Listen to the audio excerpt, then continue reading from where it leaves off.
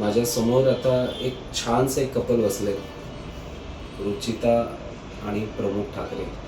राहायला आमच्या इथे जवळपासच आहे. लग्नाच्या 3 वर्षानंतर एक गुड न्यूज येणार आणि त्याच्यासाठी त्यांना कोणत्या दिव्यातून बाहेर जावं लागलं आणि त्यातून आउटपुट काय मिळालं हे खूप महत्त्वाचं आहे. तर त्यांचा एक अनुभव ते आता शेअर करतील, आपण नक्की बघूया. नमस्कार, मी प्रमोद ठाकरे. ही माझी मिसेस रुचिता ठाकरे. आमच्या लग्नाला 3 वर्ष झाल्यात. माझ्या मिसेसला PCODचा प्रॉब्लेम होता. आमच्या कलिगकडनं आम्हाला सरांचं 2-3 ठिकाणावरनं ॲड्रेस आलं. मग आम्ही जाऊन सरांना भेटलं. सरांचा स्वभाव, सगळ्या गोष्टी खूप छान. त्यांचा प्रयत्न एकदाच असतं की पहिल्या महिन्यातच पेशंटला कसं फरक पडेल. त्याच्यामुळं सरांचं खूप खूप आभार आहे. आम्हाला आमचा रिझल्ट मिळालेला आहे. खूप खूप धन्यवाद सर. तुझा काय अनुभव, तुला काय वाटतं ते सांग. मला याच्या आधी पिरियड कधी 1.5 महिन्याने यायची, कधी 2 महिन्याने यायची.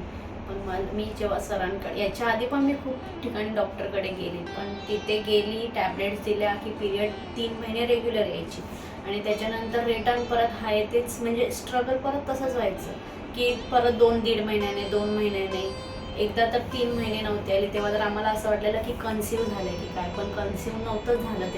तेव्हा आम्ही ब्लड टेस्ट केली, सोनोग्राफी काढली, सगळे रिपोर्ट सगळे निगेटिव्ह होते. त्याच्यानंतर मग आम्ही ठरवलं की जाऊन सरांना भेटावं. सरांना येऊन भेटलो. तेव्हा पिरियड आलेलं, ॲक्च्युअल मीच हे केलं की पिरियड आली अशा ह्याच्यात भेटलं की सरांना थोडंसं अजून हे होऊन जाईल.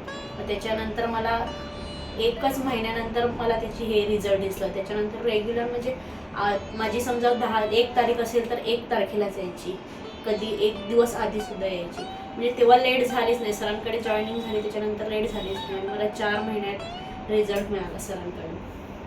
सरांचं खूप खूप धन्यवाद.